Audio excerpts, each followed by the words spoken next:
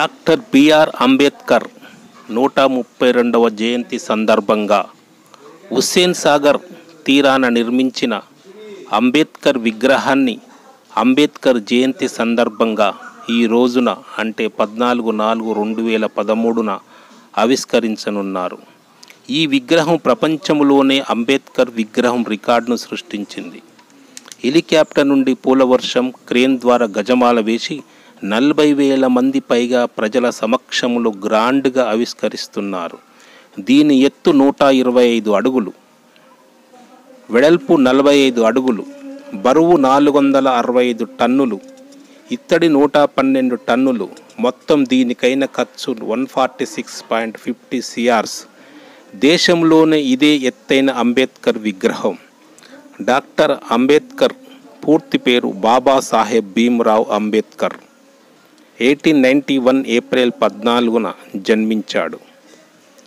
కష్టాల మధ్యన, అవమానాల మధ్యన, సమస్యల మధ్యన అంచెలంచెలుగా ఎదిగి గొప్ప ఎకనామిస్టుగా, జ్యూరిస్టుగా, సామాజిక కార్యకర్తగా, రాజకీయ నేతగా గుర్తింపు తెచ్చుకొని భారత రాజ్యాంగ చట్టాన్ని రచించే స్థితికి ఎదిగాడు. 14వ సంతానంగా జన్మించాడు. ఇంటి పేరు అంబా వాడేకర్. దీన్ని అంబేద్కర్గా మార్చాడు వాళ్ళ టీచర్. అంబేద్కర్కు 64 సబ్జెక్టులో మాస్టర్ డిగ్రీ ఉంది. హిందీ, పాలీ, సంస్కృతం, English, French, Germany, Marathi, Gujarati భాషల్లో మంచి ప్రావీణ్యం పట్టు ఉంది. రోజుకు 21 అవర్స్ చదువుకునేవాడు. 1947 ఆగస్టు 29 నుండి జనవరి 24, 1950 వరకు న్యాయమంత్రిగా పనిచేశాడు. అంటరానితనంపై అలుపెరగని పోరు చేశాడు. దళితులపై, గిరిజనుల, మహిళలపై హక్కుల కోసం చాలా పోరాటం చేశాడు. తన జీవితమంతా సాంఘిక దురాచారాలను నిర్మూలించటానికి మరియు దళితులు మరియు ఇతర సామాజిక వెనుకబడిన తరగతుల కోసం, వారి హక్కుల కోసమే పోరాడాడు.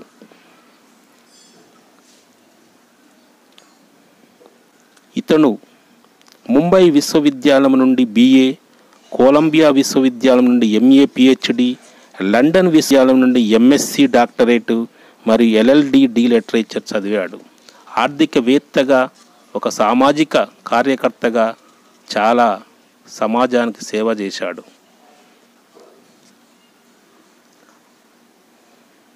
రామాబాయి 1960లో మ్యారేజ్ చేసుకున్నాడు. అప్పుడు వీరికి 4 అబ్బాయిలు, 1 అమ్మాయి పుట్టారు. రమేష్, గంగాధర్, యశ్వంత్, రాజరతన్ మరియు కూతురు ఇందు. ఒక యశ్వంత్ తప్ప అందరూ వివిధ కారణాలతో మరణించారు. రమాబాయి కూడా అనారోగ్యానికి గురయ్యి చివరకు 1935 మే 27లో కన్నుమూశాడు. తర్వాత సెకండ్ మ్యారేజ్ సవిత అంబేద్కర్ని పెళ్లి చేసుకున్నాడు. 1948 to 1956. రెండో భార్యకు పిల్లలు లేరు. తెలంగాణలో నూతనంగా నిర్మించిన సచివాలయానికి డాక్టర్ బిఆర్ అంబేద్కర్ తెలంగాణ రాష్ట్ర సచివాలయం అని పేరు కూడా పెట్టారు. ఎన్నో కూడలలో అంబేద్కర్ స్టాచ్యూ కూడా ఎంతోమంది నిర్మించారు. అంటరాని వారు అంటే దళితులు, వీరి పట్ల సామాజిక వివక్షకు వ్యతిరేకంగా ప్రసారం చేశాడు. ఇతని తండ్రి రామ్జీ బ్రిటిష్ సైన్యంలో సుబేదార్. ఈ కుటుంబం మహర్ అంటే దళిత కులానికి చెందినవారు.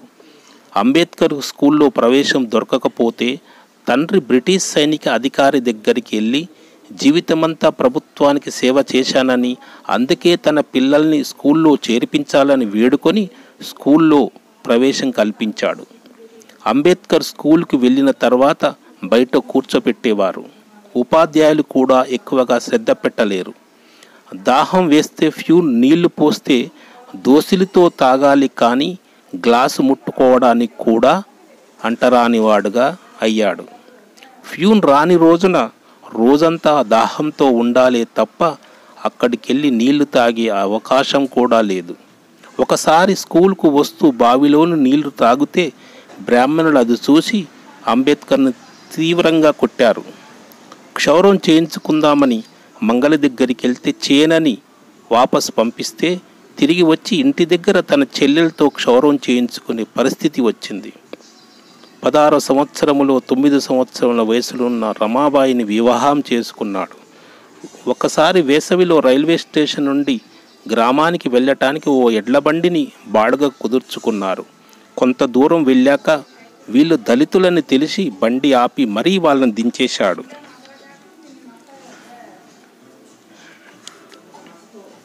1948 నుండి అంబేద్కర్కు మధుమేహం అంటే షుగర్ వ్యాధితో బాధపడుతూ అనారోగ్యానికి గురయ్యాడు.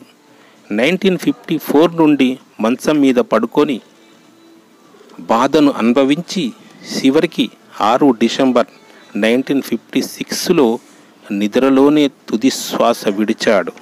మనం జీవితంలో తరతరాలుగా ఈ డాక్టర్ బిఆర్ అంబేద్కర్ రచించిన రాజ్యాంగాన్ని మర్చిపోలేము, అంబేద్కర్ చేసిన సేవలను మర్చిపోలేను. ఇది ప్రతి ఒక్కరికి ఈ డాక్టర్ బిఆర్ అంబేద్కర్ అంటే తెలిసి ఉండాలి. తెలుసు, అతను చేసిన సేవలు దేశం కాదు, దేశంలో నివసించే ప్రతి వ్యక్తి మర్చిపోలేడు. అతని పేరును కూడా ఎవ్వరు మర్చిపోకుండా జీవితాంతం మదిలో పెట్టుకొని అతను గుర్తించుకుంటారని ఆశిస్తూ జై.